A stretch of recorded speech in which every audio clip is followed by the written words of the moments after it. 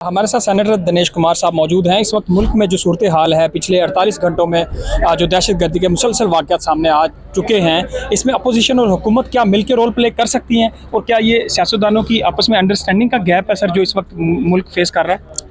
देखिए जी, अपोजिशन और हुकूमत अगर एक पेज पर हो तो मैं समझता हूँ कि ये तमाम मसाइल हल हो सकते हैं। दहशतगर्दी का मसला हो या महंगाई का, बहुत सी चीज़ें। मगर मुझे अफसोस से कहना पड़ता है कि हुकूमत और अपोजिशन एक पेज पर नहीं है। हर कोई अपनी जो है ना पॉइंट स्कोरिंग के चक्कर में, और पाकिस्तान की आवाम का कोई नहीं सोच रहा, जिसकी वजह से ये खराबियाँ और मज़ीद ज़्यादा होती जाएंगी। कल जो इजलास है, मैं समझता हूँ कि उसमें हम तमाम लोगों को एक दूसरे की टांगें खींचने के अलावा पाकिस्तान की आवाम का सोचना चाहिए, दहशतगर्दों के हवाले से सोचना चाहिए, वरना हमें इसके नताइज संगीन भुगतने तो पड़ेंगे। ये जो वाक़यात सर आए हैं, इसके बाद जो हुकूमत की वज़रा की जो बयान है तहरीक इंसाफ के ऊपर कि वो सोशल मीडिया पे प्रोपेगेंडा कर रहे हैं, या वो भी BLA के साथ उन्होंने मजम्मत नहीं की, तो इस सूरत में वो दावत देंगे कि वो खुद आए कौमी सलामती कमेटी के इजलास में?